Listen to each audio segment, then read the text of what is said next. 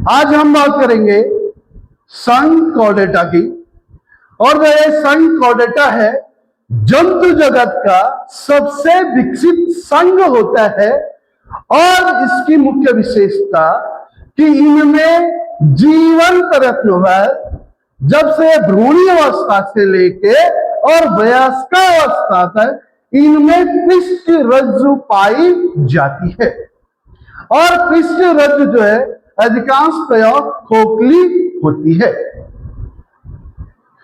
जो ये पृष्ठ रज्जु है, इसके अलावा इनमें जो है जो श्वसन तंत्र होते हैं, श्वसन के लिए क्लोम तथा फेफड़े पाए जाते हैं और सभी अंग तंत्र सुविकसित होते हैं। मुख्य रूप से हम जो है जो कॉर्डेट है या जिसको हम रज्जुकी कह रहे हैं, इसको हम 3 भागों में बांट रहे हैं। Number first urochordata, number second cephalochordata और नंबर 3 वर्टिब्रेटा। सबसे पहले जो यूरोकॉर्डेटा है, यूरोकॉर्डेटा में हम ऐसे जंतुओं को रखते हैं जिनमें पृष्ठ रज्जु तो पाई जा रही है, लेकिन पृष्ठ रज्जु सिर्फ भ्रूणी अवस्था में पाई जाती है।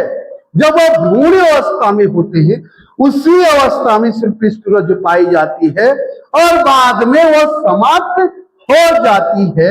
उन्हें हम यूरोकॉर्डेटा में रखते हैं, जैसे दिया।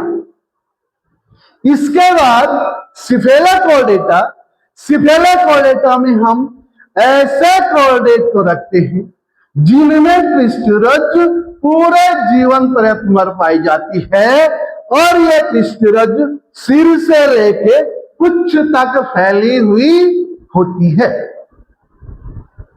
जो है सिर से लेके और पूंछ तक जो है ये पृष्ठ रज्जु फैली हुई होती है, इसे हम सिफेलोकॉर्डेटा में रखते हैं। तीसरा है वर्टिब्रेटा। जो वर्टिब्रेटा है, ये कॉर्डेट के सबसे उच्च होते हैं, उच्च। यहां जो है जो वर्टिब्रेट है, इनमें जो पृष्ठ रज्जु पाई जाती है, पहले तो जो है पृष्ठ रज्जु होती है, लेकिन जब वो वयस्क होते हैं तो पृष्ठ रज्जु मेरुदंड में परिवर्तित हो जाती है। जो जैसे हमारे शरीर में जो ये पृष्ठ रज्जु पाई जा रही है, यहाँ पे आप देख सकते हैं, ये देखिए, जो ये पृष्ठ रज्जु है ये मेरुदंड में परिवर्तित हो गई है और यह मेरुदंड पूरे शरीर को आधार प्रदान करती है। ये देख सकते हैं हमारे शरीर में किस प्रकार से ये मेरुदंड है। इसी प्रकार ये मेरुदंड जो है जितने भी अन्य कॉर्डेट हैं, जैसे एम्फीबिया के हैं, एम्फीबिया में पाई जाती है। इसके अलावा रेप्टाइल्स में पाई जाती है। इसके अलावा एबीज में पाई जाती है। इसके अलावा मैमल्स में पाई जाती है।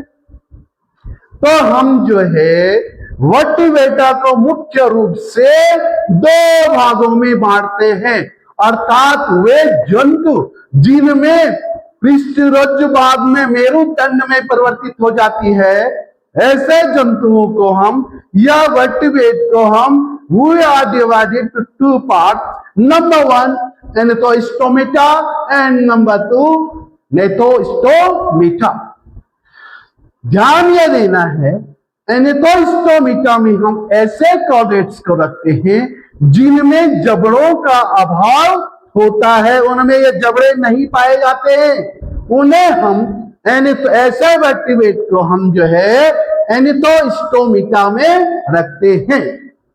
और इसका एक है साइक्लोस्टोमेटा, या जो है एक मछली है जिसका नाम पेप्टोमाइजोन है। पेप्टोमाइजोन जो है दूसरी बड़ी मछलियों पे या अन्य मछलियों पे जो है परजीवी के जीवन यापन करती है और वो उसके जबड़े नहीं होते हैं, वो जो है सकस होता है आगे, और ये सकस की सहायता से, चूसक की सहायता से वो बड़ी मछली से चिपकी हुई होती है और लगातार उससे ब्लड लेती रहती है, भोजन प्राप्त करती रहती है।